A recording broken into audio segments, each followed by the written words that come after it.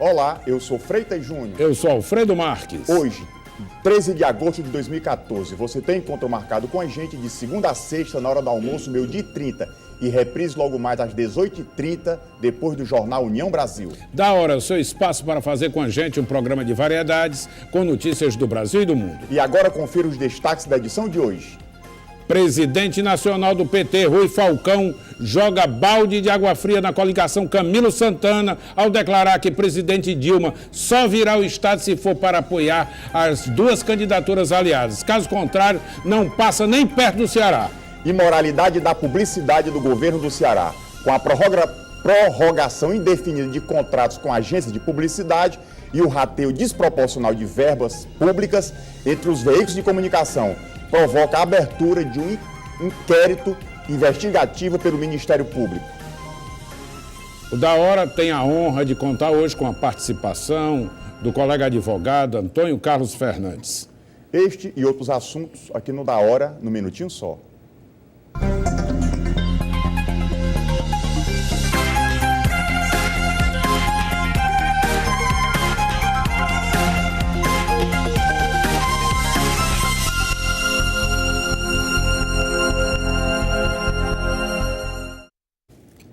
Estamos de volta no Da Hora. Foi programa ao vivo é assim mesmo, né? É assim mesmo, é tudo natural, tudo normal. Freitas Júnior, mais tarde tem peia. Castelão lotado. Rapaz, e a peia vai ser grande. O Internacional vem sem os 3 titulares mais importantes. E precisa? Não, o Ceará ganhou de 2-1, Alfredo. Ah, precisa de nada Aqui disso, se perder não. de 1-0 tá dentro. Ó, eu Basta. sou... Pode telefonar pra cá que eu sou internacional e dou 3 gols. É. Eu vou dizer uma coisa. Brincadeira, faço votos que o Ceará ganhe. Pronto. Só falando aqui uma notícia Só extra, gozação. de última hora caiu Ah, tem gente morrendo de raiva em casa. Caiu um jatinho agora há pouco tempo, que é lá em São Paulo, um jatinho que estava a serviço do PSB, e no decorrer aqui do Da Hora nós vamos dar mais informações, né? Morreram Olha, 10... tem uma especulação que seja um avião de campanha do candidato Eduardo Campos. Está sendo sondada essa questão, ainda não tem a confirmação, mas o avião está desaparecido. O setor não caiu mesmo aqui em São Paulo, está desaparecido não. Mas aqui o setor de Bom, jornalismo trará novas informações aqui. Não têm conseguido contato, nem o governo de Pernambuco tem conseguido contato com o avião, e isso causa realmente apreensão e uma preocupação muito grande. Foi em Santos, né? Caiu aqui em Santos, o avião, estou vendo aqui. Isso é lamentável. É lamentável sob qualquer circunstância, principalmente sendo candidato. Não, o avião estava lendo aqui a notícia, estava a serviço do PSB. Pronto, é isso aí. Né, e saiu do Galeão e caiu na cidade de Santos. Estão tentando contato e não têm obtido sucesso nesse contato. Não caiu. É grave. Só fez você ver, teve uma rebelião ontem e 3 foram baleados num motim. Mais um motim, não, Alfredo? Bom, motim de adolescentes. A polícia chega numa atitude até desproporcional, sai baleando as pessoas. Eu não soube de ninguém armado, de uma reação capaz de justificar o uso de arma e para sair dando tiro em menor. Eu acho desproporcional. E me preocupa muito essa iniciativa do governo federal de ter sancionado uma lei que entrega arma de fogo à Guarda Municipal. Nós vamos nos aproximar cada vez mais da barbárie. E as pessoas vão achar que é normal andar armado e sair atirando nos outros. Isso me preocupa muito. Eu queria mostrar aqui aconteceu esse acidente com esse jatinho, as imagens aqui ao vivo, lá de Santos, né? Fumaça aí nos prédios da queda desse avião que estava a serviço da campanha do candidato a presidente pelo PSB, Eduardo Campos. Diz que a equipe ligada à campanha do Eduardo tem tentado contato com ele e não tem conseguido. E, aparentemente, estava no voo. É de se preocupar realmente. E ontem ele deu entrevista no Jornal Nacional, né? E o avião saiu do Rio de Janeiro. Bom, por falar em Eduardo, vamos ver uma matéria da participação dele no Jornal Nacional de ontem, da Rede Globo, e que está parecido mais à cadeira elétrica. Vamos dar uma olhada aí. Ok. Boa noite, candidato. Boa noite, Patrícia. Boa noite, Bonner. Boa noite a todos que estão nos assistindo. Então, o tempo começa a ser contado a partir de agora.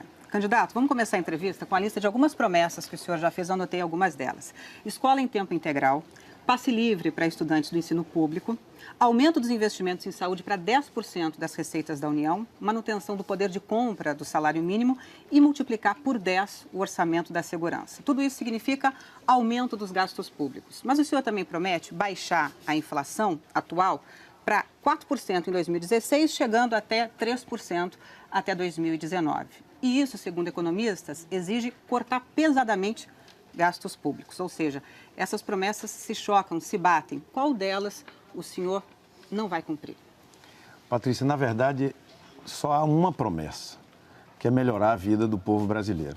A sociedade brasileira tem apresentado na internet, nas ruas, uma nova pauta. Tá ali, mas isso não significa necessariamente cortes pesados, né? Não são cortes. Então, os economistas dizem que para combater a inflação seria necessário isso, cortes severos mesmo.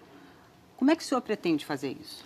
Olha, a inflação não pode ser combatida só com a taxa de juros, como vem sendo feito no país. É preciso ter coordenação entre a política macroeconômica monetária, a política fiscal, mas é preciso também ter regras seguras. As regras que mudam todo dia no Brasil, muitas vezes, fazem com que o preço do dinheiro suba. O senhor se articulou com o ex-presidente Lula e com partidos políticos para eleger sua mãe, a então deputada federal Ana Reis, ministra do Tribunal de Contas da União. O senhor considera isso ético? Não foi uma forma de nepotismo? Veja, Boni, se a nomeação fosse minha, né, se dependesse da minha nomeação enquanto governador, seria nepotismo. Eu quero te dizer que eu fui o primeiro governador a fazer a lei do nepotismo no estado de Pernambuco. A questão é o senhor ter usado o seu prestígio, o seu poder para se empenhar pessoalmente num trabalho de catequese, numa campanha para que um parente seu ocupasse um cargo público e vitalício. O senhor acha que isso foi um bom exemplo para o país? Olha, na hora que ela saiu candidata com o apoio do meu partido, se fosse uma outra pessoa, eu teria apoiado. Ainda nesse ponto, candidato, o senhor indicou um primo seu e um primo da sua mulher para trabalhar no TCE, que é o órgão responsável por fiscalizar as contas do Estado quando o senhor era governador de Pernambuco. Como é que fica a isenção nisso? Na verdade, eles se candidataram na Assembleia Legislativa em vagas que eram próprias da Assembleia Legislativa. Eles foram indicados para vagas no Tribunal de Contas, pela Assembleia Legislativa, não há nenhuma indicação, a vaga era da Assembleia, pessoas podiam se candidatar e ele não estava impedido por lei de se candidatar. O fato é que, logo depois do anúncio da sua aliança com Marina Silva, Marina fez restrições ao agronegócio, que é um setor que tem sustentado a economia brasileira em muitos anos. Como é que o senhor pretende resolver esta contradição dentro da sua chapa? Olha, com diálogo, Boni, mostrando exatamente que Marina não tem nada contra agronegócio. Eu apresentei um caso concreto, em que houve posições bem diferentes. Dos dois lados cedeu em relação a esse assunto para chegar a um consenso? Nesse caso em particular, eu defendi as posições de Marina. Ainda sobre coerência, o senhor e o seu partido foram colaboradores próximos do então presidente Lula. O senhor, inclusive, foi ministro em 2005 do governo dele, exatamente quando o escândalo do mensalão veio a público e o senhor não deixou o cargo. O senhor só se afastou do governo Dilma quase 3 anos de um mandato de 4, foi no fim do ano passado. O que o senhor diria aos críticos que afirmam que o senhor abandonou todos esses anos de colaboração a Lula e Dilma pela ambição de ser presidente da República? Não se trata de ambição, se trata de um direito, uma democracia. Obrigada pela sua participação. O telespectador viu e, infelizmente, né, o Estadão já confirmou que neste jatinho que saiu do Rio de Janeiro para São Paulo, estava dentro dele o presidenciável aí, Eduardo Campos, que veio a falecer, né? Foi lamentável. Bom, realmente vai deixar uma comoção social muito grande no país inteiro. Nós temos umas imagens aí do G1 que dão informes da queda. Vamos dar uma conferida aí nelas. Mas realmente é uma coisa para deixar todos muito preocupados, tanto com a aviação brasileira quanto a perda, que é de qualquer forma. É um grande brasileiro, né? Candidato à presidência da República, um homem sério, honrado. Neto do Miguel Arraes. Só pena. Vamos aguardar. Destino a São Paulo. Essas imagens foram feitas por moradores. Você vê ali bastante fumaça. Me parece que o avião teria caído nessa área, que é uma área residencial. E ainda não há informações, na verdade, sobre feridos ou até mesmo possíveis vítimas fatais. O que se tem até agora é confirmação dessa queda da aeronave e, na verdade, é que ela teria caído numa área que a gente vê pelas imagens, é uma área bastante residencial, tem vários prédios e as imagens feitas pelo celular aí de um morador vizinho a essa área do acidente, dá para ver então a fumaça, bastante fumaça. O tempo também bastante nublado aí em Santos, mas a gente sabe que essas imagens teriam sido feitas logo depois do acidente. Essa região é bastante densamente povoada em Santos, a região do Boqueirão. É um bairro bem residencial, a gente pode ver que tem muitas casas e muitos prédios.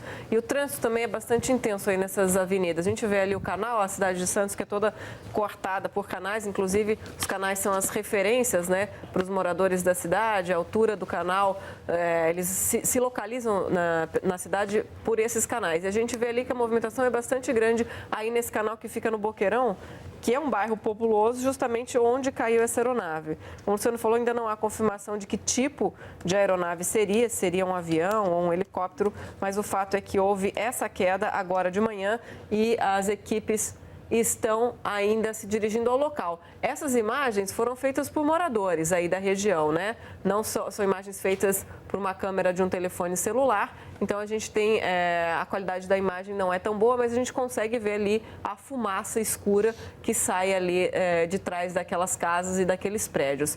As equipes estão ainda no local, então, apurando para ver se há vítimas desse acidente. Interessante, né, Raquel, que a fumaça ela começa, pega bem o início mesmo ali, né, o que teria sido logo após a queda. Bom, ao que tudo indica, Eduardo Campos estaria dentro do avião, mas ainda não há confirmação. Não há confirmação, vendo aqui no site da Veja, ela disse que a aeronáutica confirma que o avião que caiu, né, o jato que transportava o Eduardo Campos fazia a mesma rota. Pois é, eu acho que essas coisas vão se tomara dizer, que não, né? vão se dizer de forma homeopática, não vai ser as informações estão muito contraditórias, vamos esperar que não. Nós, quer dizer, uma agência de notícia diz que morreu, outra diz que não morreu.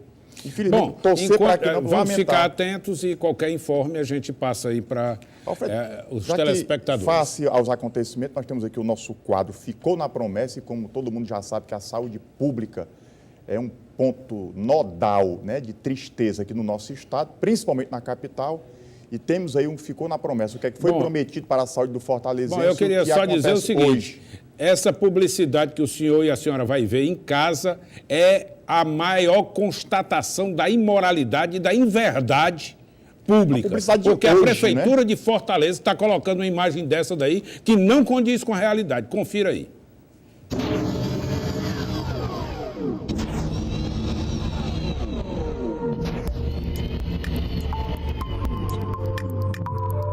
Essa cidade é da gente, a gente tem que cuidar. E saúde é coisa séria, tá em primeiro lugar. A cada dia que passa a gente tem muito mais certeza. É aqui que a gente ama viver em Fortaleza. É aqui que a gente ama viver em Fortaleza. Prefeitura de Fortaleza, trabalhando para melhorar nossa cidade.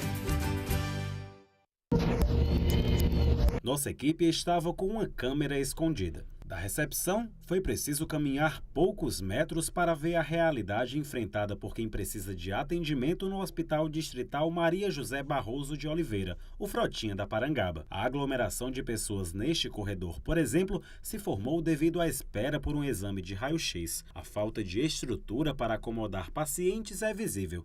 Enquanto alguns encontraram espaço nos poucos bancos existentes, outros ficaram em pé ou até mesmo no chão. Em casa eu voltei, não tinha médico ontem.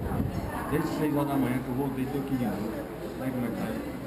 Minha avó, ela pegou o número 38, ainda está no 23. Todo mundo reclamando que, como funciona, que veio o senhor mais cedo, estava esperando para ele entrar na consultório do médico. Detalhe, não tem ortopedista. Não tem ortopedista.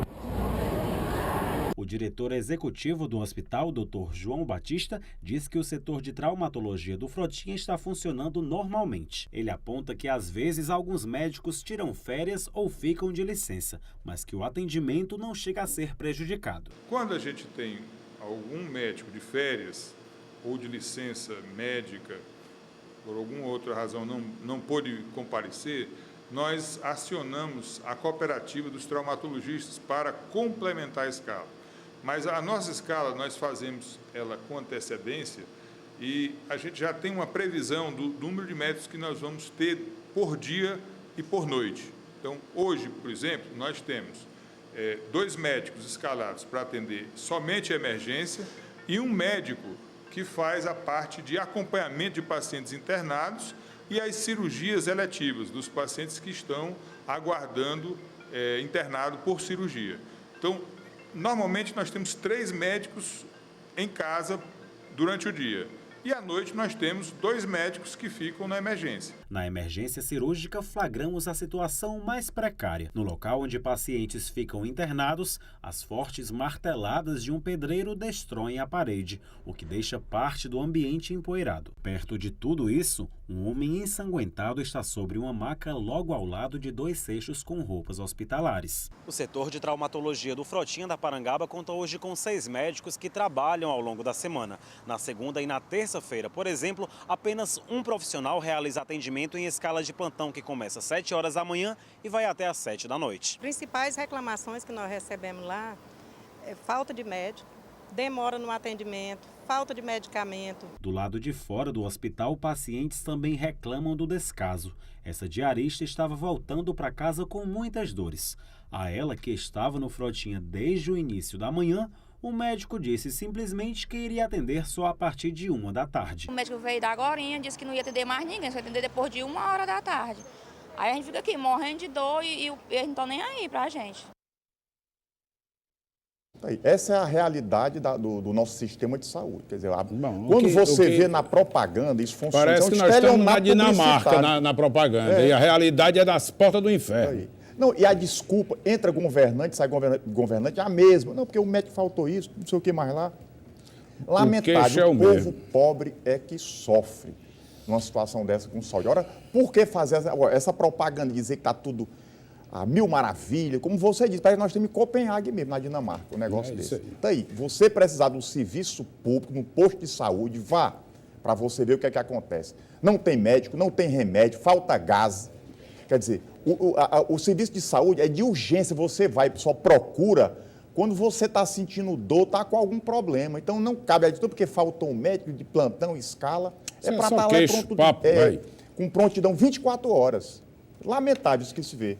Já está terminando esse nosso primeiro bloco, ainda as notícias ainda desencontradas da morte ou não do Eduardo Campos. Ele estava dentro do avião, o diretório, a executiva nacional do partido confirmou que ele estava dentro do avião, só que teve 2 mortos e feridos foram para o hospital, não é isso? 7 feridos teriam ido para o hospital e 2 as agências confirmam e depois dizem.